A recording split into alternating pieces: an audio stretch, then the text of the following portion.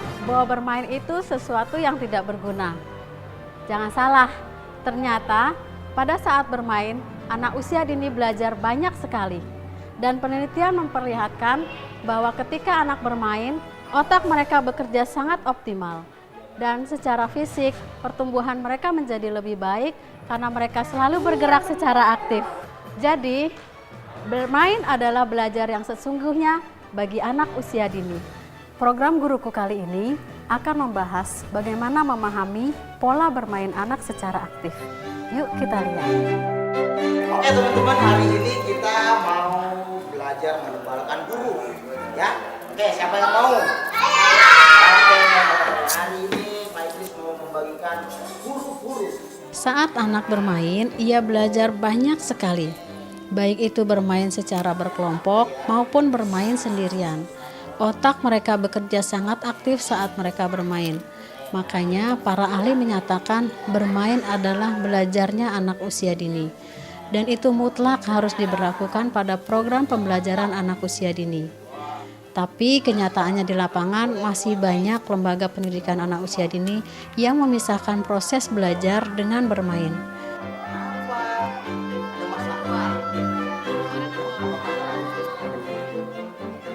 Aktivitas belajar pun masih hanya menggunakan media yang terbatas pada buku dan alat tulis. Masih banyak guru dan orang tua menganggap jika belajar tidak menggunakan media buku dan alat tulis, belajar itu kurang berbobot.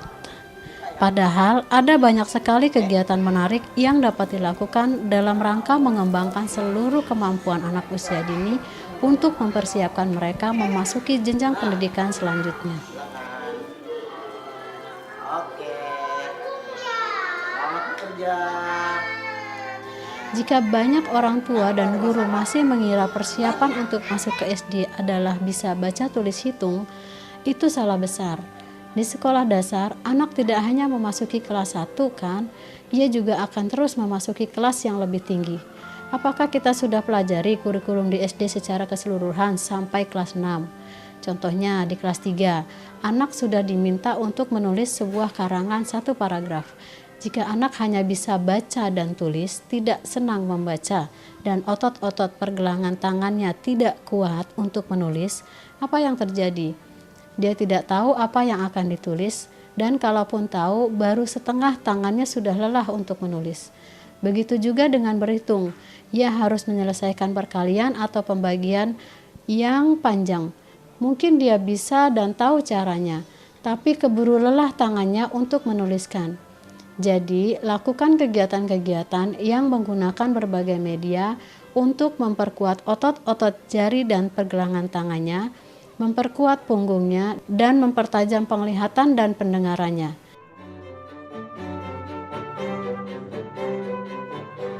Mengapa kita harus memberikan titik-titik pada huruf, angka, gambar yang harus diikuti anak? Pasti karena kita ingin hasil yang bagus seketika itu juga. Itu tidak perlu, sebab proses belajar anak jauh lebih penting secara bertahap, berulang-ulang, dan setiap anak punya perkembangan yang berbeda-beda. Dan anak tidak perlu merasa dipaksakan. Jadikan kegiatan menulis dan menggambar sebagai kegiatan yang menyenangkan bagi anak sampai ia menemukan sendiri pengetahuan tentang ejaan dan bentuk tulisan. Caranya, kita hanya perlu memfasilitasi kebutuhan anak untuk belajar menulis atau menggambar dengan memberikan kesempatan sebanyak-banyaknya pada anak. Tentunya diawali dengan scribbling atau mencoret yang menurut kacamata orang dewasa kelihatannya tidak berbentuk atau seperti benang kusut. Tapi itu adalah awal menulis dan menggambar anak. Jika kesempatan bagi anak untuk mencoret dengan berbagai macam media seperti pensil, krayon, spidol di atas kertas yang tidak harus baru yang kita sediakan di setiap sudut ruangan, tentunya anak akan semakin banyak memiliki pengalaman dengan aktivitas menulis. Dan kita tentu tahu pengalaman adalah guru yang sangat berharga. Dengan demikian, ia akan semakin terampil memegang alat tulis, koordinasi mata tangannya semakin terkendali, dan ia akan menulis dan menggambar seiring dengan banyaknya tulisan-tulisan dan gambar-gambar yang ia lihat dan ia tiru. Ini jauh lebih bermakna bagi anak belajar dari pengalaman sendiri.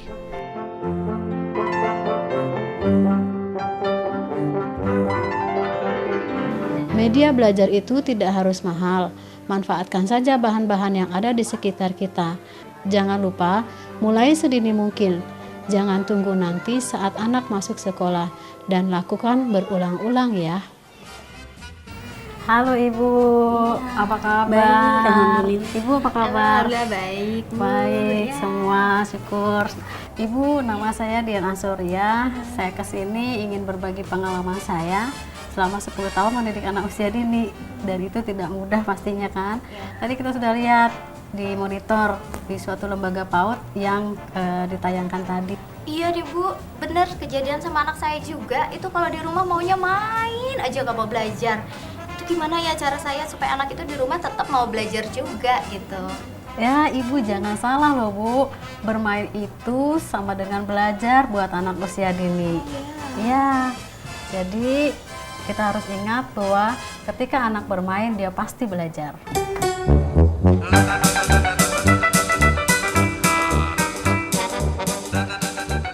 Iya Ibu, saya selama mengajar juga, apalagi di kelompok B ini, untuk persiapan ke SD nanti agak-agak kesulitan. Nah, untuk supaya mereka tidak kaget lagi nanti di SD, jadi saya mempersiapkan mereka dengan buku tulis dan pensil. Itu sudah tepat belum ya Ibu ya? Oh, nah untuk Ibu, bagaimana kita melakukan pembelajaran untuk mempersiapkan anak masuk ke SD di lembaga PAUD? Itu ada banyak cara Bu, dan dilakukan dengan cara bermain yang menyenangkan. Ada bermain terstruktur dan ada bermain yang tidak terstruktur. Dan itu semua bisa dilakukan di lembaga PAUD. Nah, setelah ini saya akan berinteraksi langsung dengan anak-anak di lembaga PAUD. Jangan kemana-mana.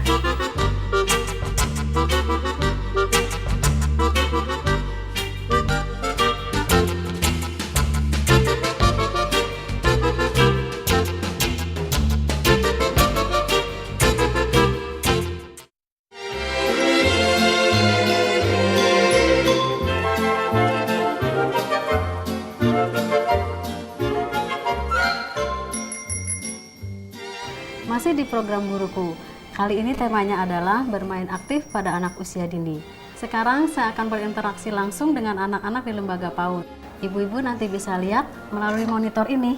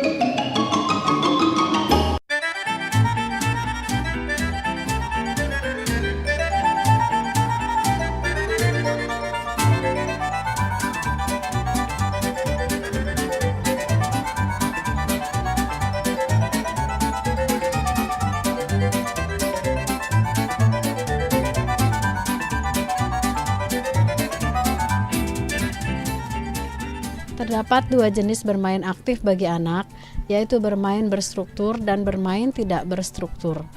Bermain berstruktur adalah bentuk permainan yang terorganisir dengan adanya peraturan permainan, batas waktu, dan terkadang peralatan tertentu. Contohnya adalah olahraga, menari, dan koreografi. Sementara bermain tidak berstruktur lebih memberikan kebebasan pada anak dan seringkali melibatkan kreativitas anak saat bermain. Termasuk bermain aktif yang tidak berstruktur adalah pada saat anak bermain dengan motivasi yang bersifat intrinsik. Perlu kemampuan menyesuaikan diri dengan aturan yang imajinatif, bersifat asli, inovatif dan kreatif, mencerminkan pada apa yang anak tahu sebelumnya, menggunakan pengalaman sendiri, serta didukung dengan kompetensi yang telah dikembangkan sebelumnya. Dan ini dapat dimulai oleh seorang anak atau orang dewasa, dapat bersifat soliter atau sendiri, dapat bermitra dengan pihak lain, menyatukan apa yang anak tahu, membuat ia merasa dan memahami.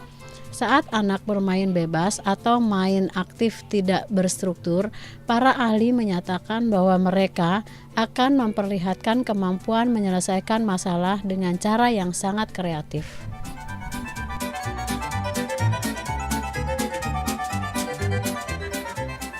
Oke, teman-teman, kita sudah mau masuk. Bermain di luarnya selesai. Ya, Dava? Dava, kita masuk yuk. Tidak seperti itu. Kita biasa berbaris dulu. Kita biasanya berbarisnya yang mana dulu? Yang kecil di depan. Dipisah laki-laki, perempuan. Ya, Dava dekat Ibu Dian. Nah, oke, kita akan berjalan. Ingat ya, berjalan, ya, berjalan. Siap? Aturan mainnya adalah pertama kita berjaris, terus berjalan, buka sepatu, baru berbaris, berjalan, buka sepatu, masuk. Siap? Mulai dari Dava ya. Nanti yang ini ikut ya di belakangnya ya. Oke, Dava ikut Ibu Dian.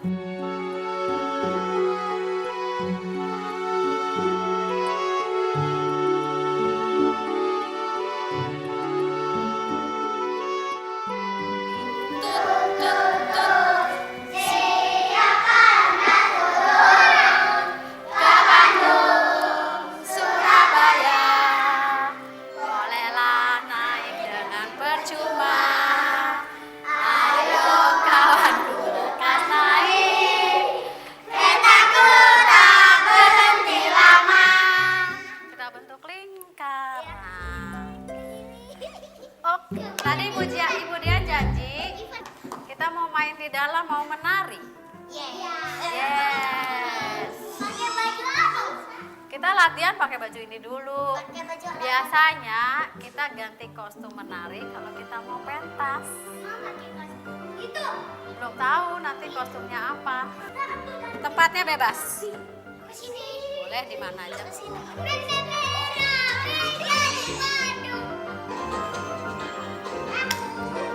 Lepas tangannya.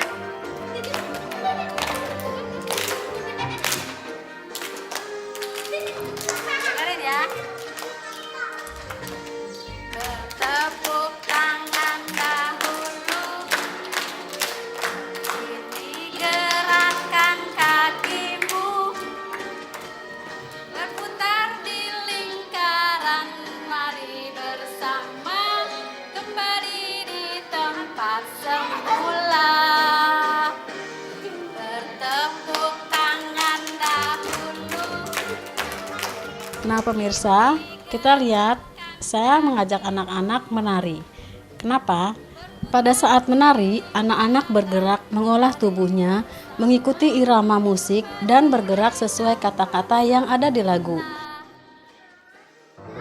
Misalnya lompat, bungkuk, tepuk tangan, dan lain-lain. Nah, anak itu jadi tahu kata dengan gerakannya. Sensori pendengarannya pun terlatih. Pemahamannya tentang konsep ruang atau visual spasial dapat dibangun ketika anak bisa menempatkan dirinya pada posisi yang nyaman dan tidak menyentuh teman.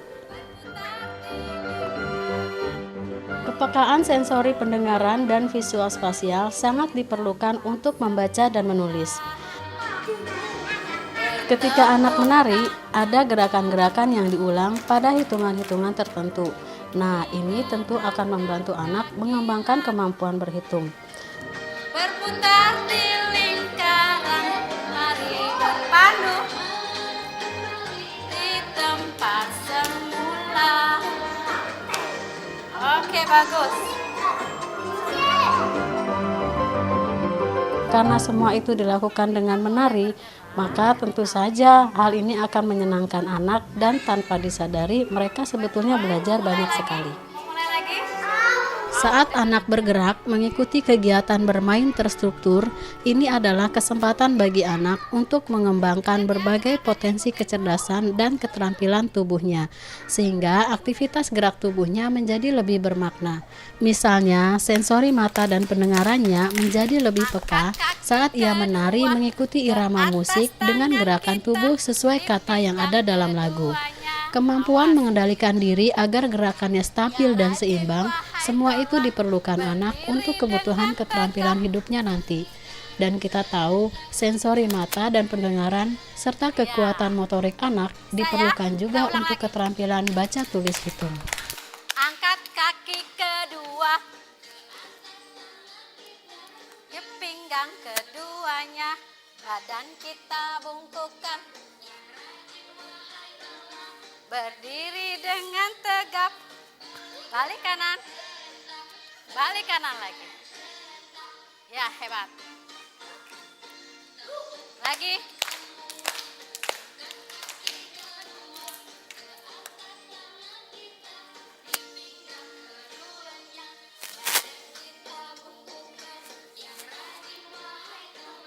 Berdiri dengan tegap.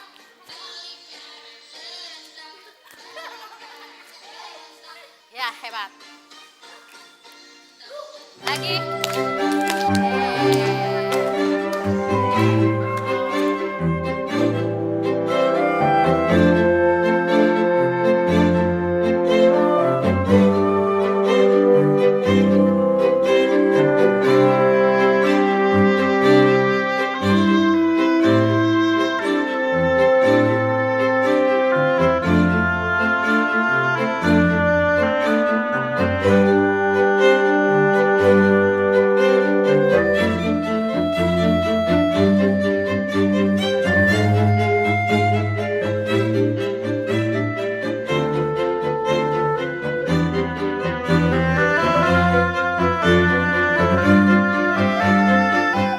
Berputar di lingkaran, mari bersama kembali di tempat semula. Pemirsa jangan kemana-mana, setelah ini saya akan berbincang-bincang dengan guru dan orang tua murid tentang bermain aktif pada anak usia dini.